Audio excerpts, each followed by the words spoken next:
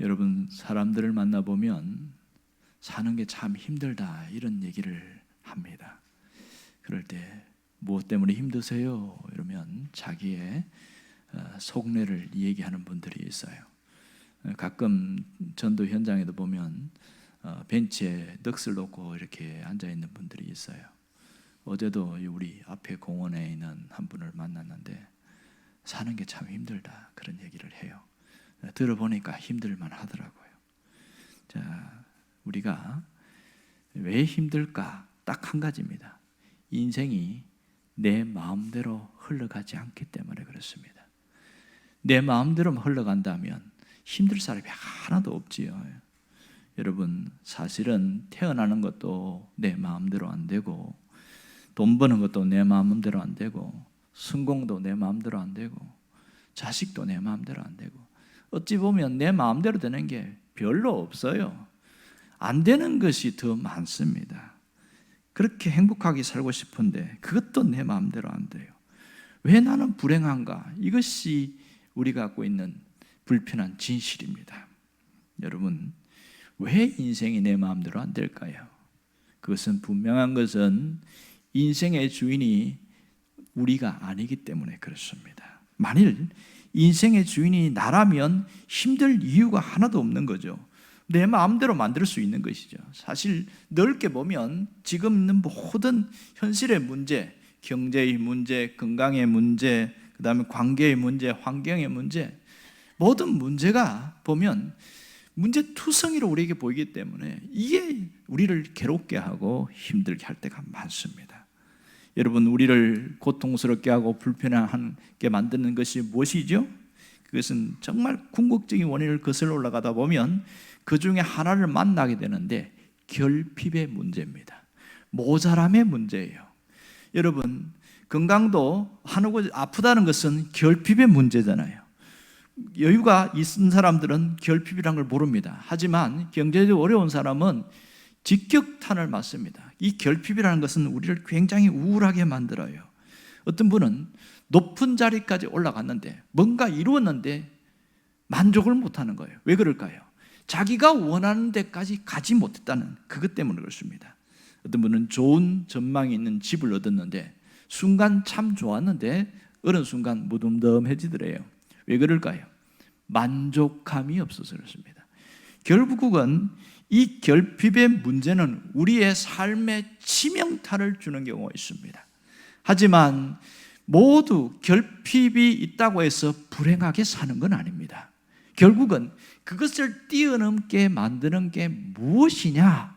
그것을 오늘 본문이 정확하게 이야기하고 있습니다.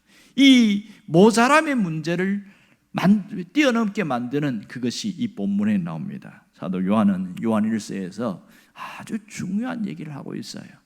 그것은 하나님은 사랑이시다. 이것이 이 메시지의 특징입니다. 4장에 무려 2번이나 하나님은 사랑이다 이 얘기를 하고 있습니다. 결국 우리에게 하나님의 사랑이 어떤 것인지 그것을 이 안에서 보여주고 있습니다.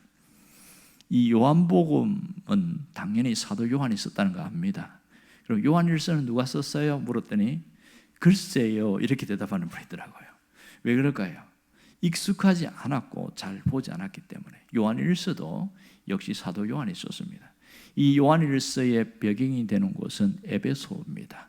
에베소는 AD 52년인가요? 그때 사도 요한이 오기 전에 바울이 먼저 가서 거기에서 복음을 집중적으로 전하는 곳입니다. 특별히 3차 전도 여행 때 2년간 머물면서 일을 했는데 낮에는 또 자비랑으로 일을 하고 돈 벌면서 딱 그 짧은 시간 오전 11시부터 오후 3시까지 2시 반 3시 사이 요 시간이 빈 시간인데 이때 두란노 서원이라는 곳을 빌려가지고 거기서 양육을 하고 그랬어요.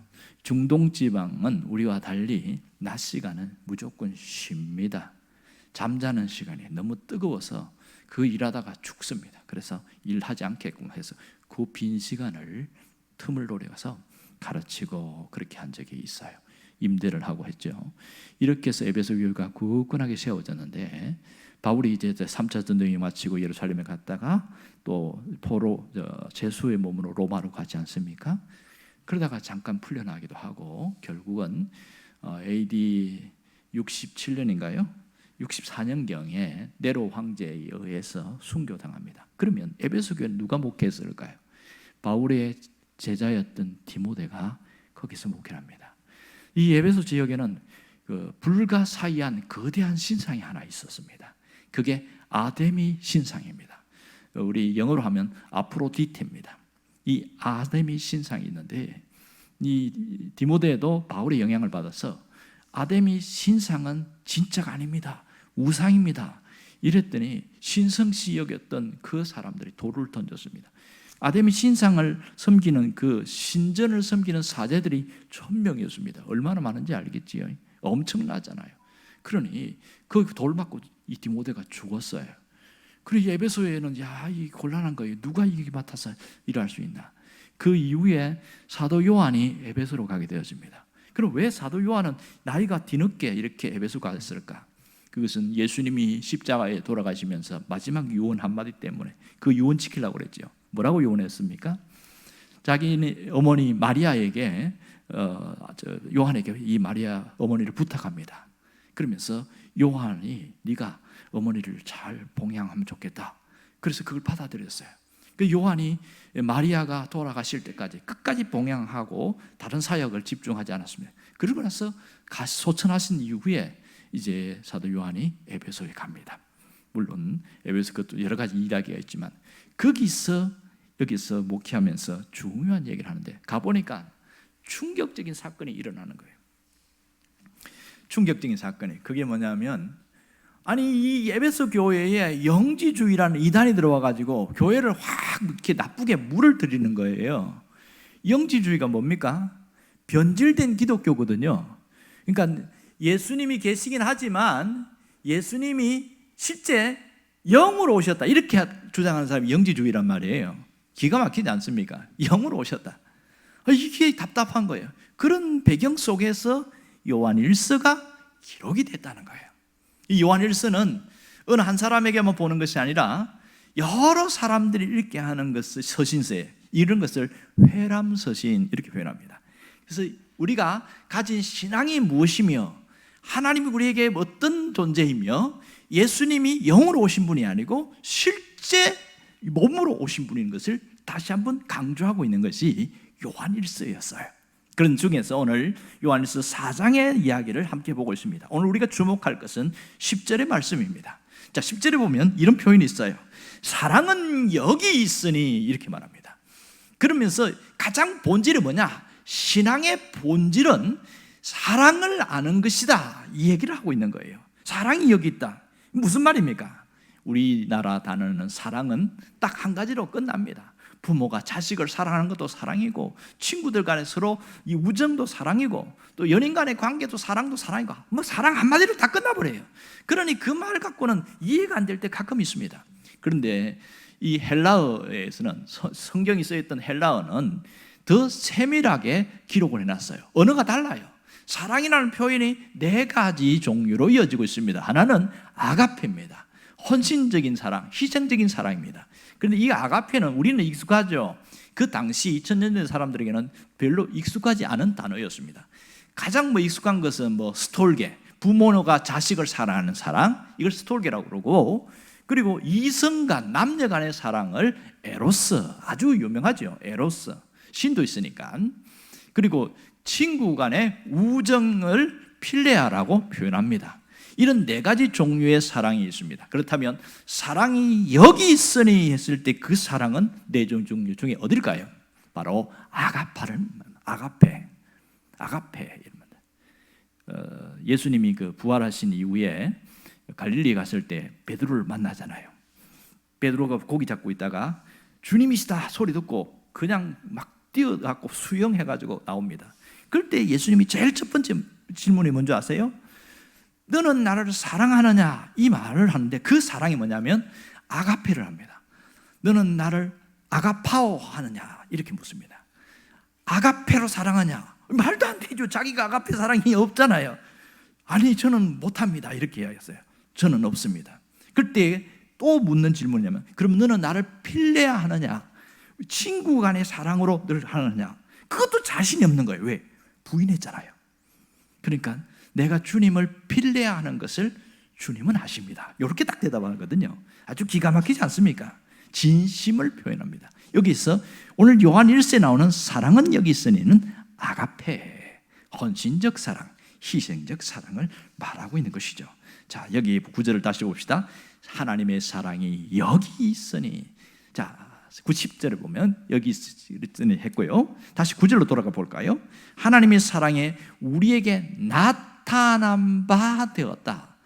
자, 10절에서는 여기 있다고 그러는데 여기 있다는 게 무슨 말이냐? 그 사랑이 이미 나타났다, 그 얘기를 하고 있습니다. 하나님의 사랑이 나타났는데 어떻게 나타났냐? 영지주의자들 때문에 지금 요한 1서가 써 있다고 그랬잖아요. 그러니까 예수님이 직접 몸으로 오셔서 그 사랑을 보여주셨고 그 사랑을 드러내셨다, 그렇게 이야기를 합니다. 그러면서 하나님이 자기의 독생자를 세상에 보내셨다, 직접 인간을 오게 하셨다는 거예요. 그리고 왜 보내셨냐? 우리를 살리려고 하신 것이다. 단순히 영으로만 온 존재가 아니다. 이 주님이 오신 것은 단순한 죽음으로 끝나는 것이 아니라 죄 문제를 처리하기 위해서 화목제물로 오셨다. 그것이 10절이거든요. 화목제물로 우리에게 오셨다, 이런 얘기를 하고 있는 것이죠. 여러분, 이 하나님의 사랑을 당시 사람들이 직접 경험해 보지 않은 사람들은 그 사랑을 잘 몰랐어요. 그러나 에베소에 있는 성도들은 기본적으로 하나님이 어떤 분인지를 알았고 하나님의 사랑에 대해서 배웠어요. 그리고 그 하나님의 사랑을 체험하기 시작했어요. 그랬더니 목숨 걸고 신앙을 지키는 거예요. 여러분, 신앙을 생활하는데 자기 목숨보다 신앙을 더 중시 여기는 사람들의 특징은 아가페 사랑, 하나님의 사랑을 깊이 체험한 사람들입니다. 그 사랑이 무엇인지를 알았기 때문에 그것이 변화되는 거예요. 여러분, 사람이 사랑을 하게 되어지면 목숨 걸게 되어집니다. 여러분, 우리가 보면 사랑도 여러 가지가 있잖아요. 조국을 사랑하기 위해서 군인들이 목숨 거는 것, 나라를 위하여 나는 이 한 목숨 바치겠습니다. 얼마나 숭고한 사랑입니까? 하지만 그것보다 더 위대한 것은 죄 문제, 인간의 해결할 수 없는 문제를 해결하도록 하는 그 사랑은 뛰어난 사랑인 것을 알 수 있는 것이죠. 사랑이 여기 있으니 하나님의 사랑이 우리에게 나타났다, 이 점을 깊이 생각해야 됩니다. 여러분, 왜 하나님의 사랑이 소중한지 아세요? 사람을 바꾸기 때문에 그렇습니다. 사람을 바꾸어요. 그래서 어떤 분은 이 사랑은 혁명적 변화를 일으킨다, 이렇게 이야기합니다. 오래전에 그 고세봉이라는 사람이 그 도끼로 사람을 죽인 일이 있죠. 잘못해서 원래 억울하게 했던 그 사람 이사가고 억울한 죄 없는 사람 죽어서 사형 선고로 바꿔 죽는데 그 온몸에 살기가 가득한 그 고재봉을 바꾸었던 것은 하나님의 사랑이었습니다. 그에게 복음이 전해지고 하나님이 이런 분이야, 하나님은 당신처럼 사람을 죽인 사람도 하나님은 용서하셔요, 하나님을 믿으시면 됩니다. 그때 그가 처음에는 거부하다가 믿겠다고 신앙 고백했어요. 놀라운 게 뭔지 아세요? 하나님을 믿겠습니다, 내가 하나님을 받아들입니다, 그랬더니 그 사랑이 흘러들어오기 시작한 거죠. 가장 먼저 변한 것은 눈이었어요. 눈에 살기가 막 번뜩번뜩 하는데 교도관들도 두려워할 정도로 무서웠습니다. 그랬더니 눈이 풀리기 시작하는 거예요. 완전히 얼굴이 달라지기 시작합니다. 한 번도 웃어본 적이 없는 이 고재봉이가 웃으면서 딱 하나 배웠던 찬양을 흥얼거리면서 저 높은 곳을 향하여, 그러니까 사람들 미쳤다고 그러는 거예요. 저 살인자가 갑자기 또라이가 됐나 보다, 갑자기 왜 찬송가를 부르냐는 거예요. 근데 진짜 변했어요. 그 독방에 있다가 같이 여러 사람 같이 있잖아요. 거기서 자기가 막 청소도 하고 뭐 돕기도 하고, 이 살인자가 어떻게 바뀌냐는 거예요. 어떻게 사람이 이렇게 달라질 수 있냐는 거예요. 에이 어쩌다 저러다 말겠지. 저거 위선 뜨는 거야. 가식이야. 이랬어요. 그런데요, 사형수가 달라지면서 자기가 언제 죽을지 모릅니다. 하지만 오늘이 마지막 날이 될 수 있어요. 내일 죽을지 모를지 몰라요. 안 알려주니까. 그래서 한 사람 한 사람 전도하는데, 그런데 딱 다음 날 제수분을 딱 부릅니다. 그러면 그것은 무슨 날이에요? 내가 죽는 날이에요. 제수분을 부르는데 딱 두 가지입니다. 면회냐 사형장이냐. 왼쪽으로 가면 면회장이고 오른쪽으로 가면 사형장이에요. 그런데 딱 사형장으로 데려가는 거예요. 그런데요, 진짜 하나님의 사랑이 부어진 사람은 죽음을 겁내지 않습니다. 그 사람을 죽여서 그렇게 살기가 득세했던 그 고재봉이가 찬양을 마지막에 부르고 이렇게 합니다.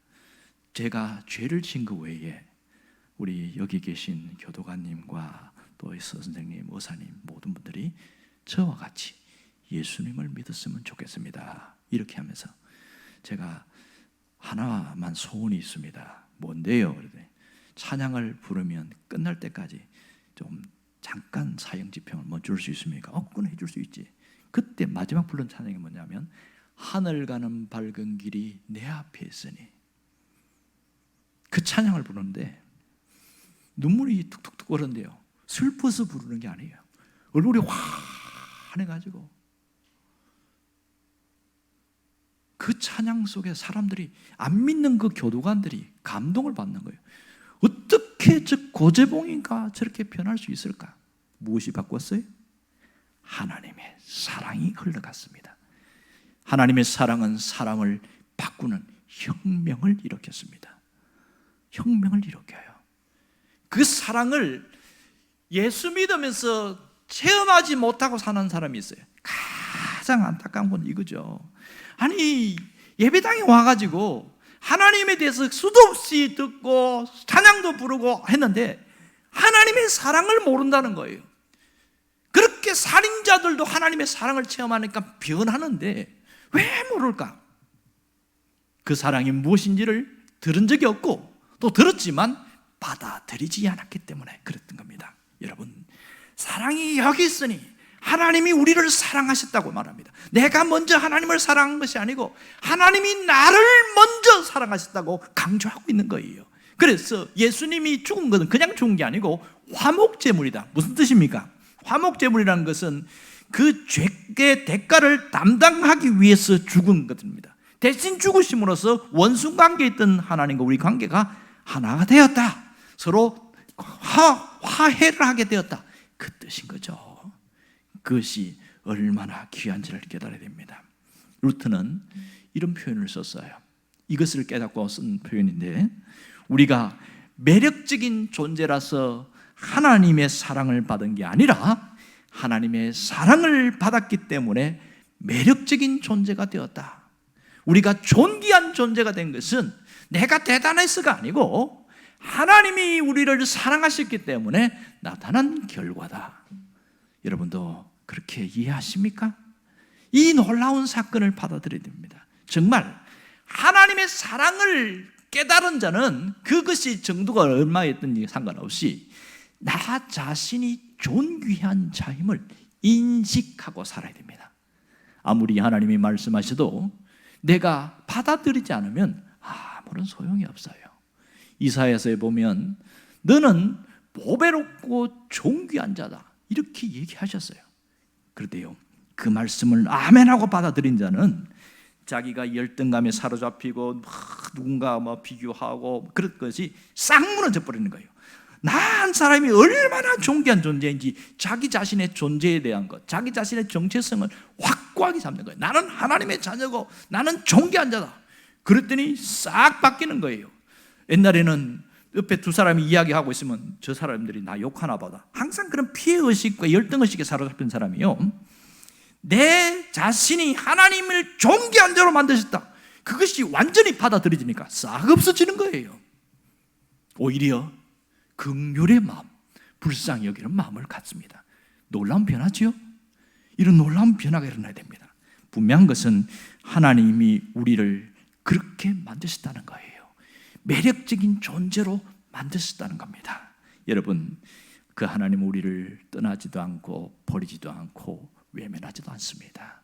함께 하시는 분임을 잊지 않기를 바랍니다. 이 사랑을 깊이 깨닫는 것, 그것은 우리 인생의 버팀목입니다.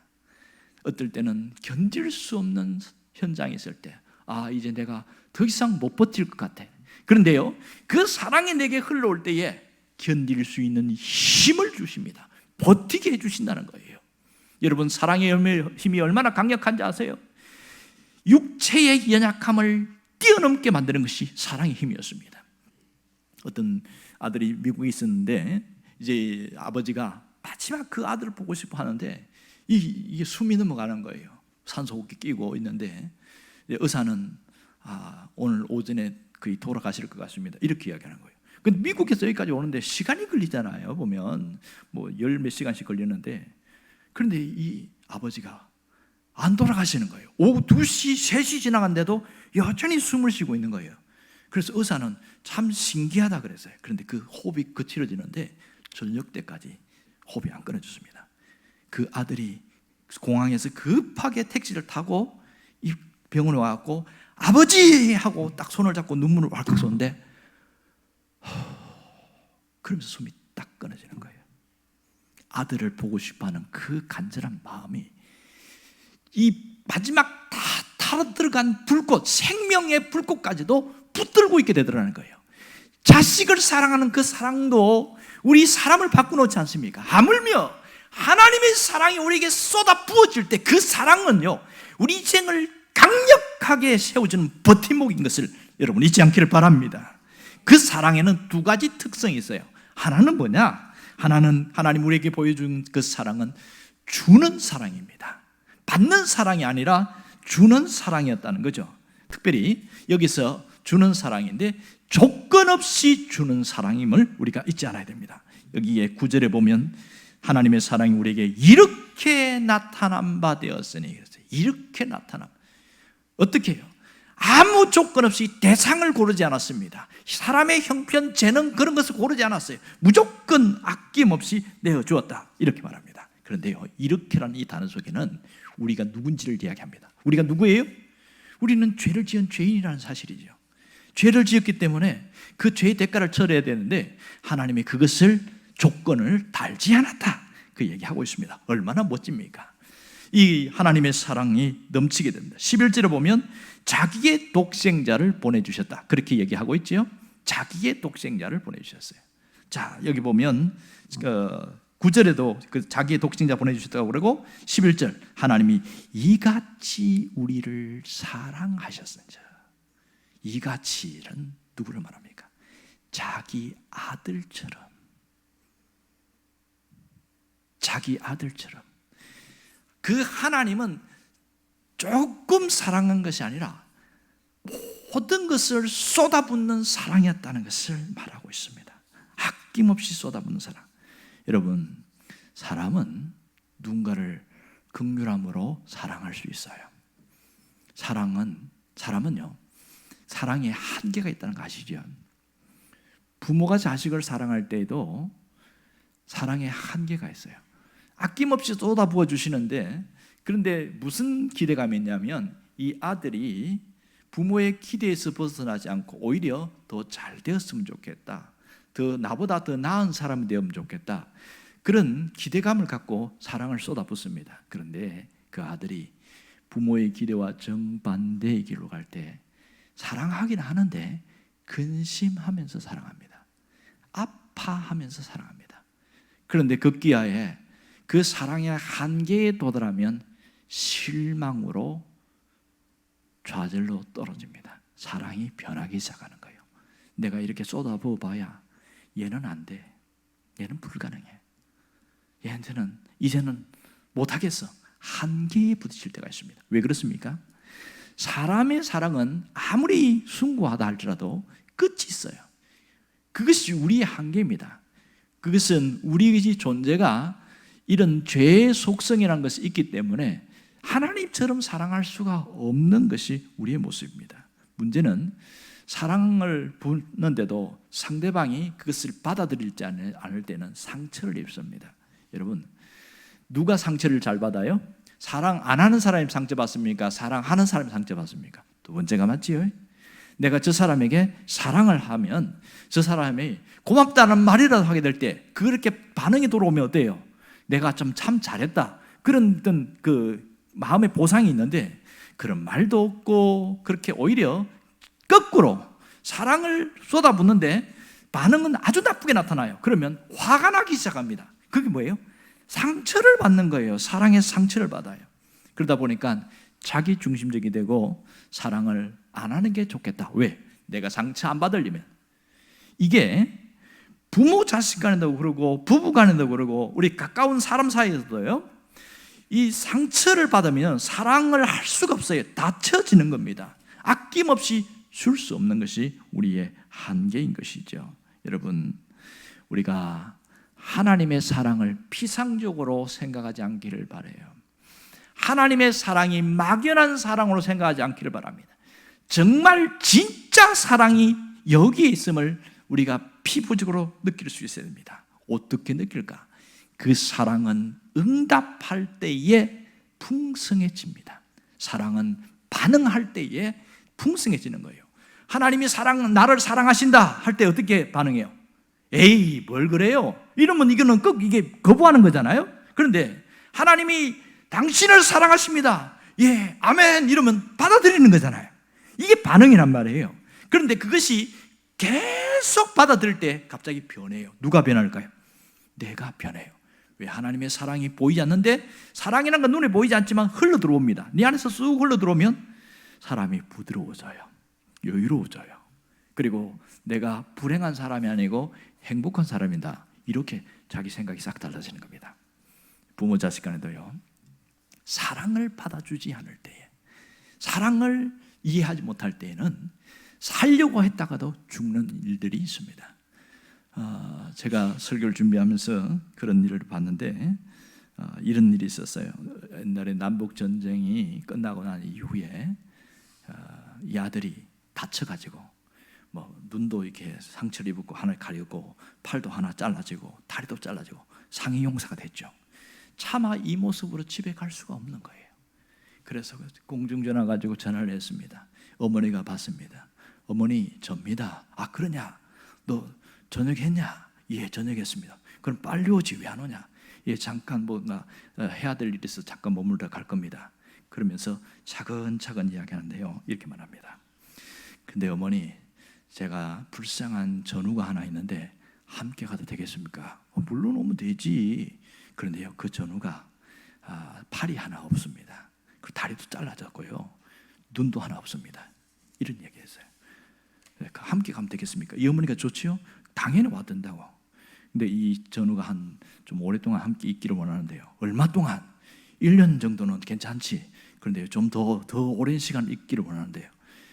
야, 오랜 동안 있다는 건 사실은 쉬운 게 아니라 한다. 네가 갑자기 전쟁에 가다가 왜 감상주의가 됐냐? 아픈 사람과 함께 있는 것이 얼마나 어려운지 아느냐? 그러려면 내가 얼마나 희생해야 되는지 그건 쉬운 일이 아니란다. 그러면서 이야기를 했어요. 아, 그래요? 그리고 전화가 끊어졌습니다. 그러고 나서 다음 날 그 집에 아들이 죽었다는 비보가 전해졌습니다. 12층에서 뛰어내려서 죽었습니다. 그런데 이 아들의 시신을 보니까 눈이 하나 없고 팔이 잘라졌고 다리가 없는 거예요. 그게 자기 자신이었던 거예요. 이 아들은 내가 이 온 상이용사가 되고 신체가 불구의 몸으로 있는데 과연 어머니가 나를 받아줄까? 거기에 대한 두려움이 있어서 차마 집에 가지 못하고 전화로 내 친구가요 이렇게 얘기했단 말이에요. 그런데 전화를 받으면서 어머니가 나를 거부하겠구나. 이 사랑을 받아주지 못한 것 때문에 내가 살 이유가 없다고 뛰어내려 버린 겁니다. 이게 실화입니다.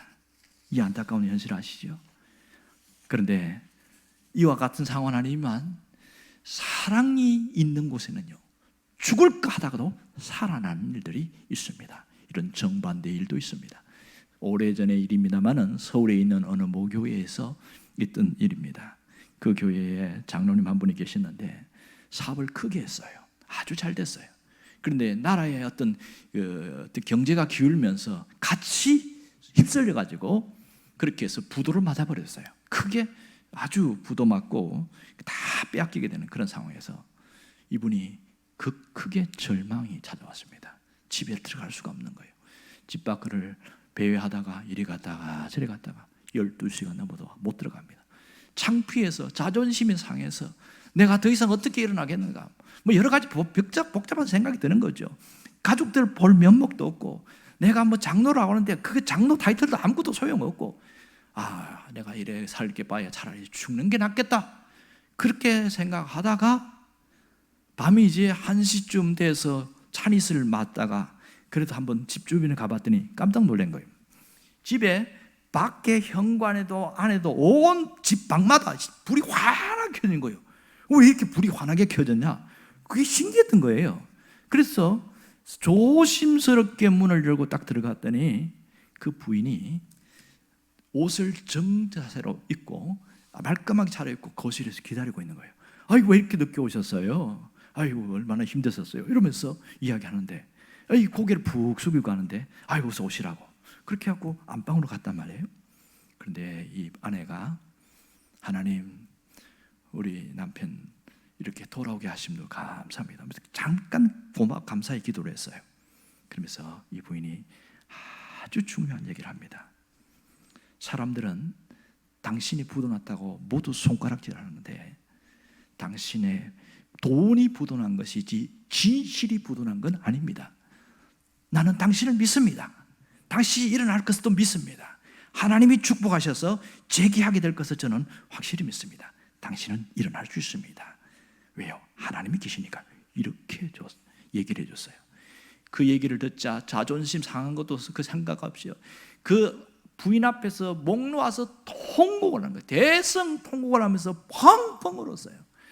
30분인가 1시간인가 실컷 울고 나니까 정신이 차려진 거예요. 그 말이 얼마나 위로가 됐든지, 내가 다시 한번 해봐야 되겠다, 이제 죽지 말고 한번 살아봐야 되겠다, 그런 마음을 먹었던 거죠. 그러고 나서 정신을 가다듬고 하나님 앞에 감사기도를 한 겁니다. 이 장로님 말이에요. 하나님, 지금은 아무것도 없고 지금은 보이는 것도 없지만 하나님이 살아계시기에 내가 하나님을 의지하고 다시 시작하겠습니다. 이렇게 이야기하는 거예요. 하나님이 나를 사랑하시는 것을 저는 믿습니다. 나도 하나님을 사랑합니다. 이렇게 고백을 하고 시작을 했는데 놀라운 일이 났어요. 눈에 보이지 않는 하나님이 사람을 보내고 환경을 움직여서 샥 가르는데 마치 홍해가 갈라진 것처럼 그 꽉 막힌 것이 벌어졌다, 이렇게 표현할 정도로요. 그래서 다시 일어났어요. 무엇이 그 바꿔놨을까요? 사랑입니다. 사랑. 하나님의 사랑이 우리에게 흘러오면 그 사랑을 흘려보낼 때에 놀라운 결과들이 나타나는 겁니다. 어떤 분은요, 하나님 사람을 소낙비처럼, 억수로 소낙비처럼 받아서 품고 있는 분이 있어요. 근데 이 사랑을 흘려보내지 않아요. 내가 사랑받은 것을 감사하고 거기까지 딱 좋았어요. 하나님의 사랑은 흘려보내야 내가 살고 옆에 사람도 살아나는 겁니다. 가두고 있는 저수지 같은 사랑은 결국은 썩어버려요. 그 사랑을 품고 있으면 결국은 어떻게 돼요? 사해바다처럼 싹 썩어버립니다. 사람이 교만해진 이유는요, 사랑을 받기만 하고 흘려보내지 않아서 그렇게 나타나는 겁니다. 그러나 내가 받은 사랑을 흘려보낼 때에 놀라운 변화가 일어납니다. 나도 살고 옆에 사람도 살고, 나도 살고 다른 사람도 살려내고, 이런 일들이 일어나는 거예요. 병상에 누워있는 사람들에게 어떤 분이 찾아갔어요. 자기가 다쳤어요. 그래갖고 내가 다쳐갖고 똑같은 거예요. 똑같으니까. 그런데 뭐가 다르냐? 이 사람도 교회 나가봤고 이 사람은 교회 안 다니고 나는 교회 열심히 다니는데 뭐가 차이 나냐? 하나님의 사랑에 대한 체험이 차이 나는 거예요. 하나님의 사랑에 체험이 있으니까 자기가 다쳐서 이렇게 병상에 있지만 거기서 하나님 앞에 기도하고, 하나님 어떻게 할까요? 그렇게 보니까 옆에 있는 사람들에게 가서 이야기를 하는 거예요. 인생 이야기를 하면서 저 교회를 옛날에 나갔는데 요즘 안 나갑니다, 그렇게 이야기하고, 어떤 분은 아이고 우리 마누라가 불교라서 안 됩니다, 뭐 이런데 쭉 자기 이야기를 하는 거예요. 인생 이야기를 쭉 하는데 제가 다시 살 수 있었던 것은 하나님 때문입니다. 그러면서 자기가 받은 그 은혜와 그 사랑을 이야기를 하기 시작했습니다. 근데 그걸 간증이라고 하죠. 그렇게 했더니 믿다가 안 믿은 그 사람이 나도 다시 한번 나가볼까요? 아, 그럼요. 하나님의 사랑을 체험하는 게 중요합니다. 여러분, 교회를 다니는 것보다 중요한 게 뭔지 아세요? 보이지 않는 그 하나님의 사랑을 깊이 체험하는 것이 훨씬 더 중요합니다. 가장 안타까운 것은 교회의 문턱은 왔다 갔다 출입을 하는데 하나님의 사랑을 누리지 못하고 살아가는 사람들이 너무 많은 거예요. 그러니까 여전히 메마른 상태와 여전히 무너진 상태로 살아가는 그 안타까운 일들이 너무 많습니다. 분명한 것은 하나님이 나를 사랑한다는 사실을 잊지 않기를 원합니다. 그 사랑을 받기만 합니다.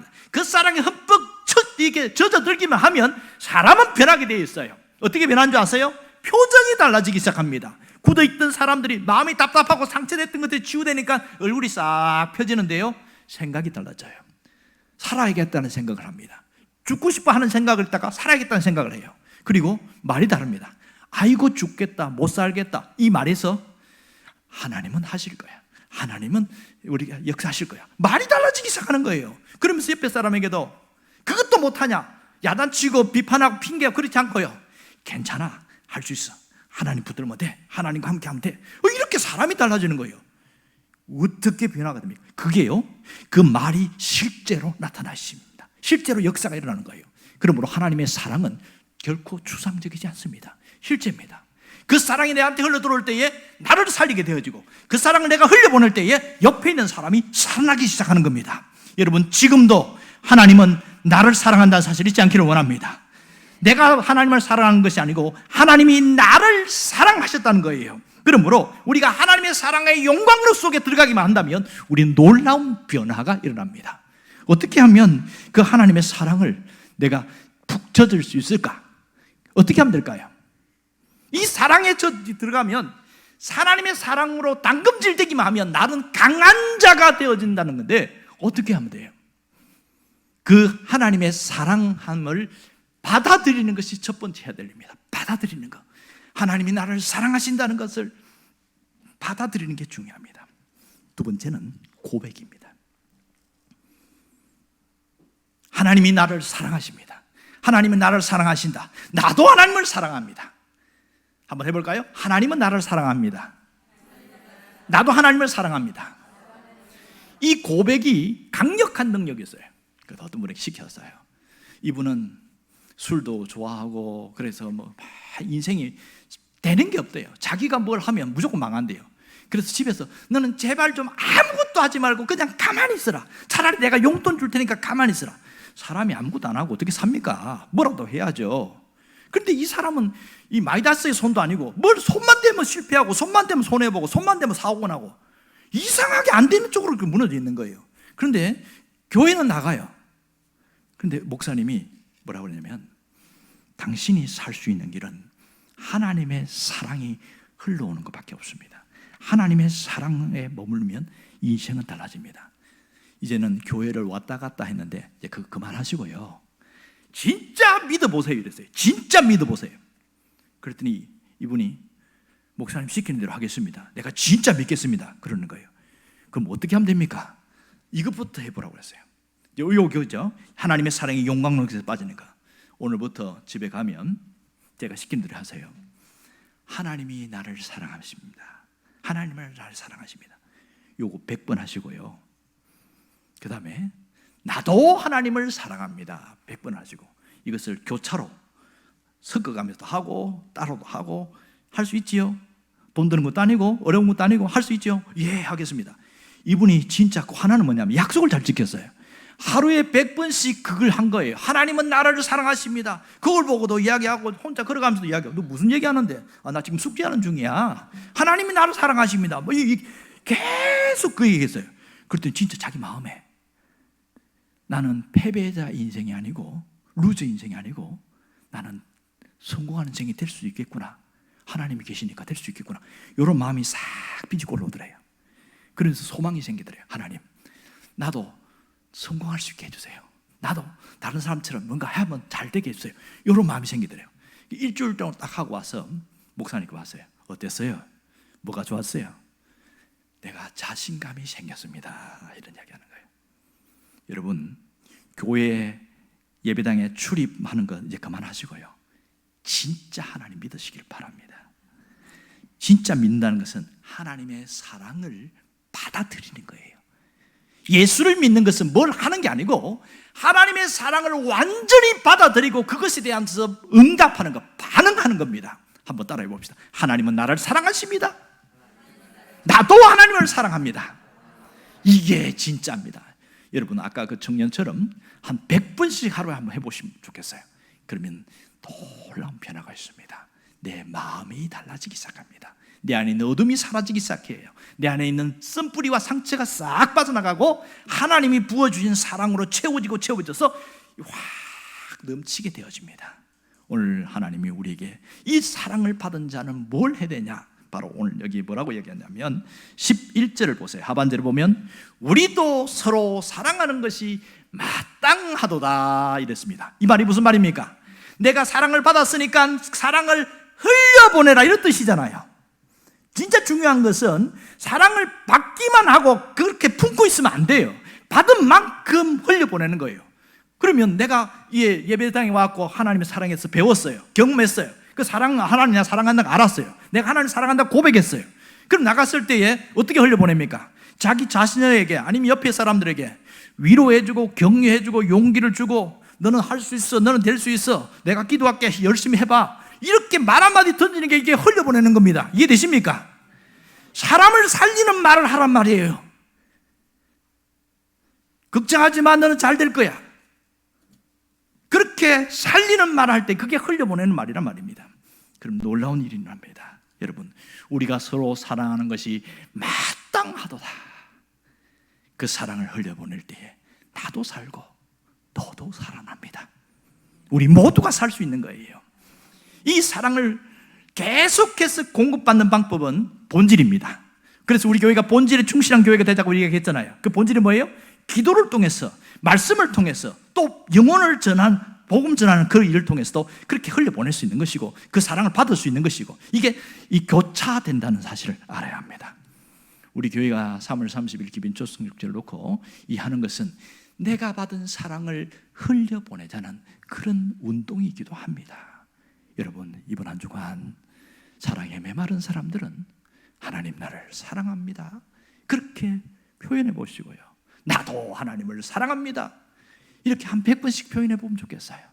그리고 만나는 사람을 볼 때에 옳고 그름의 눈으로 보지 말고 사랑의 눈으로 볼 수 있기를 바랍니다. 사랑의 눈. 사랑은 기준이 없어요. 옳고 그름이 아니라 사랑의 눈을 볼 때에 얼굴이 뜨가요. 그럴 수도 있지. 저 사람이 아파서 그래.